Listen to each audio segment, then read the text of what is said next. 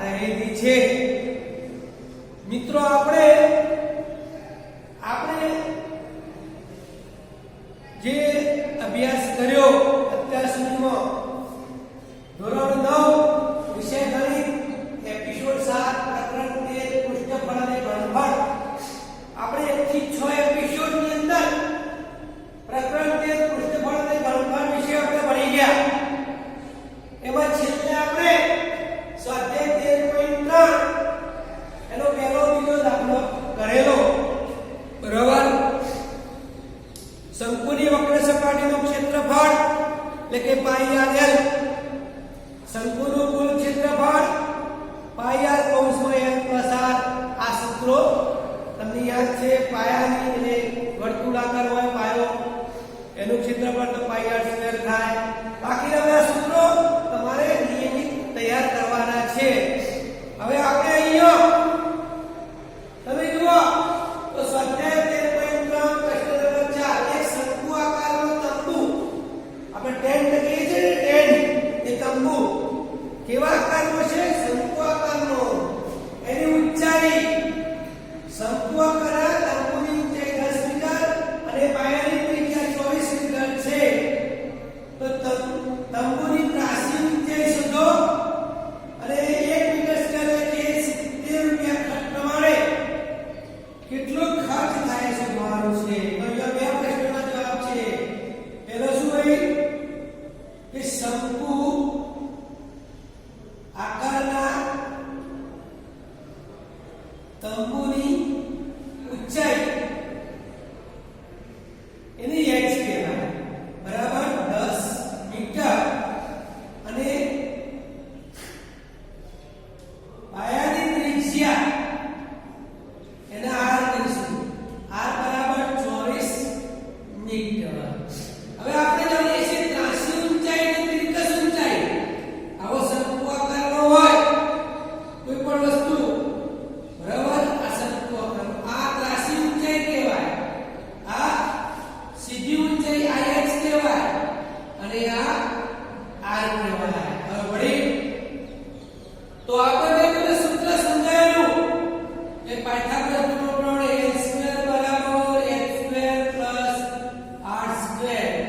ત્રાસી ઊંચાઈ શોધવાની છે।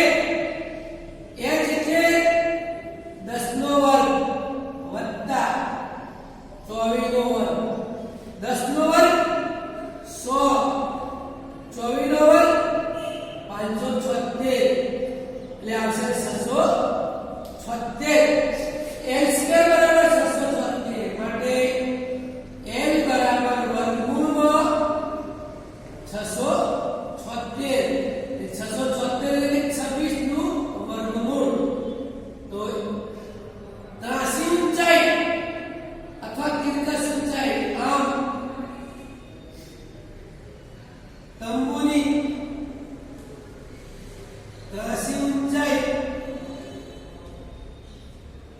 26 મીટર કેટલી થાય? 26 મીટર થાય। હવે આપણે તંબુ બનાવીએ છીએ, તંબુ બનાવવા માટે કાપડ જોઈએ। 1 મીટર કાપડના કેટલા? 70 રૂપિયા। તો શંકુની જે તંબુ છે, તંબુની વક્ર સપાટીનું ક્ષેત્રફળ શોધવું પડે બરાબર। તો તંબુની વક્ર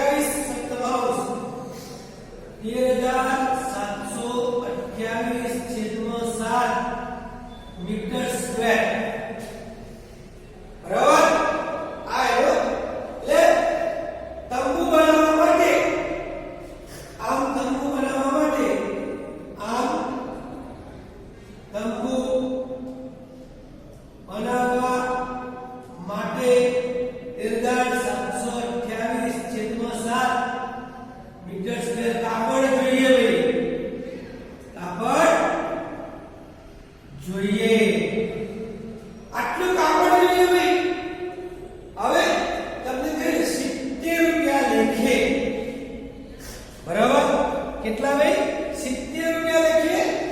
તમારે ખર્ચ કરવાનો છે બરાબર 1 મીટર સ્ક્વેર કાપડના 70 રૂપિયા માટે 13728 નો 7 મીટર કાપડ ચલો 1 મીટર સ્ક્વેર તંબુ બનાવવા માટે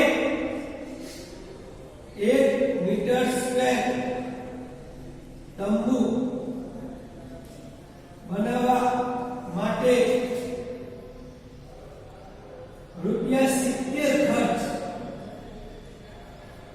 થાય માટે 13728 છેદમાં 7 મીટર સ્ક્વેર તંબુ બનાવવા માટે થતો ખર્ચ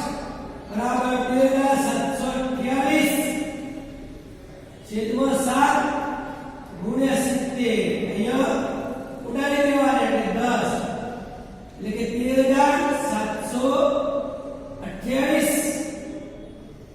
13728 ના શૂન્ય ચડાવી દો આટલા રૂપિયા ખર્ચ થાય બરાબર 13728 બરાબર એટલે 1 લાખ તો આ પ્રમાણે તમારે ખર્ચ આપવું પડે ભાઈ 1,37,280 રૂપિયા ખર્ચ થાય તો અહીંયા મિત્રો આપણે આ દાખલો ગણ્યો બહુ સરસ હતો 10મા ધોરણમાં ફરીથી પણ આવશે હવે બીજો પ્રશ્ન છે પ્રશ્ન નંબર 5 જુઓ ભાઈ શું કહે છે અહીંયા મળે તંબુની વાત છે જેની ઊંચાઈ 8 મીટર અને પાયાની ત્રિજ્યા 6 મીટર હોય તેવા શંકુ આકારના તંબુ બનાવવા માટે 3 મીટર પહોળી કેટલી તાડપત્રીની જરૂર પડે બરાબર મેં તમને કહ્યું ને આમ શંકુ આકારનો તંબુ હોય બરાબર તો પહેલું કે શંકુ આકારના તંબુની ઊંચાઈ x બરાબર 8 મીટર અને પાયાની ત્રિજ્યા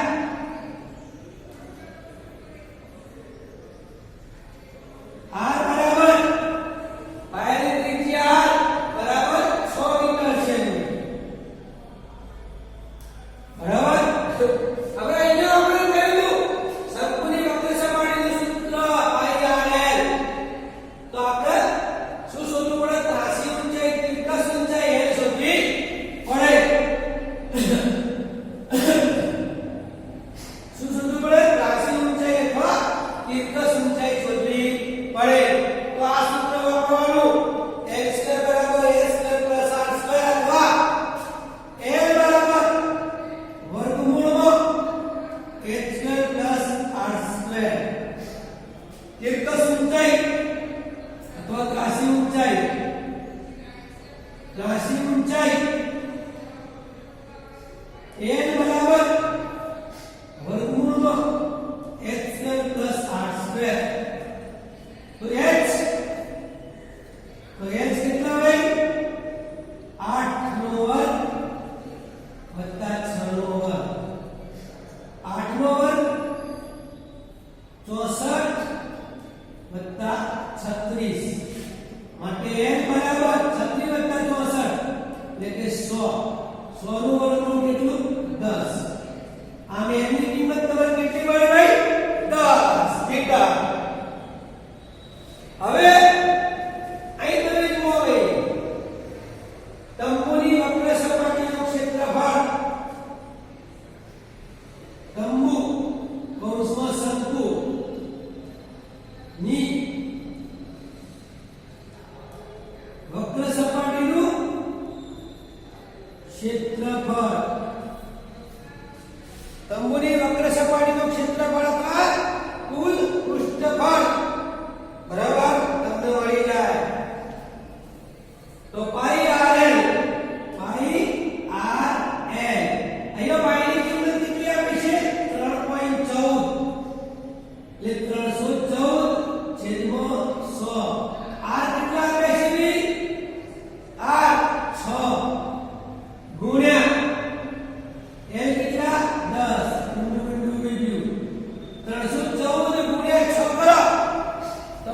ભાગાકાર કરવાનો છે તમારે કેલ્શિયમ આપવાનું નથી ભાઈ 314 ગુણ્યા 6 કરો તો 188.4 મીટર સ્ક્વેર આમ બરાબર 188.4 બરાબર હવે અહીંયા શું પ્રશ્ન કરે છે જો તમે કે ભાઈ તાડપત્રી બનાવવા તાડપત્રીમાંથી તંબુ બનાવવો હોય તો 3 મીટર પહોળી આપણે તાડપત્રી ખરીદવાની છે કેટલી પહોળી પહોળી એને પનો કહેવાય પહોળી એટલે શું કહેવાય પનો કહેવાય જો અહીંયા આપણે આ તાડપત્રી કેવી આવે આવી આવે તમે બજારમાંથી તાડપત્રી ખરીદો તો લંબાઈ અને પહોળાઈ a અને b બરાબર તો તમારે અહીંયા તમને કહેવામાં કે 3 મીટર પહોળી તાડપત્રી કેટલી તાડપત્રીની જરૂર પડે આ તમને ક્ષેત્રફળ મળ્યું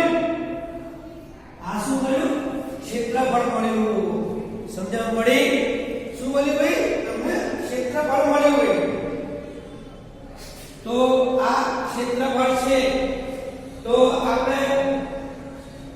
જરૂરી તાડપત્રીની પહોળાઈ બરાબર આને બરાબર 3 વડે ભાગી નાખવાના હવે જરૂરી તાડપત્રીની બરાબર જરૂરી તાડપત્રી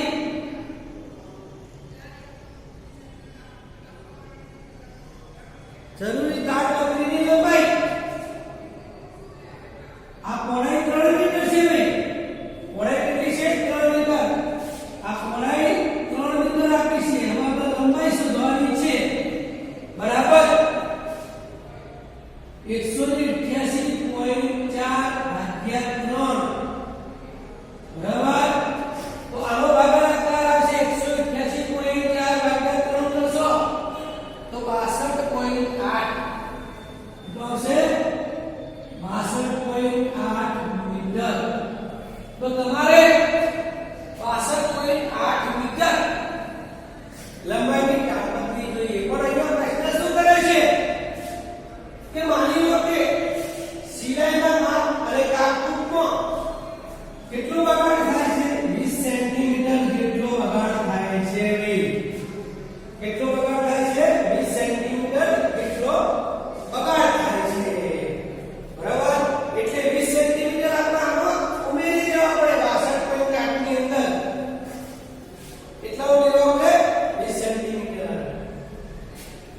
તો આપણે શું કરીશું ભાઈ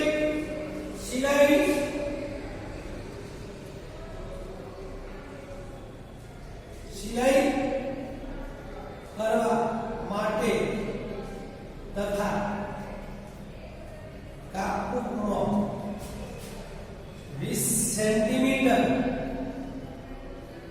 એટલે કે 0.20 મીટર જેટલો બગાડ થાય છે 20 સેન્ટીમીટર 0.20 સેન્ટીમીટર જેટલો બગાડ થાય છે તો જરૂરી તાડપત્રી માટે જરૂરી તાડપત્રીની લંબાઈ માટે જરૂરી તાડપત્રીની લંબાઈ બરાબર 62.8 વત્તા 0.2 એટલે કે 63 મીટર આમ તમારે બજારમાંથી કેટલી તાડપત્રી ખરીદવી પડે ભાઈ 63 મીટર જેટલી તાડપત્રી ખરીદવી પડે તો એ તંબુ બનાવી શકાય તો મિત્રો અહીંયા આપણે બરાબર સ્વાધ્યાય 13.3 ના આપણે દાખલા ગણ્યા કેટલા તમારા ગૃહ કાર્યમાં સ્વાધ્યાય 13.3 એના દાખલા નંબર 6 અને 7 ગૃહ કાર્યમાં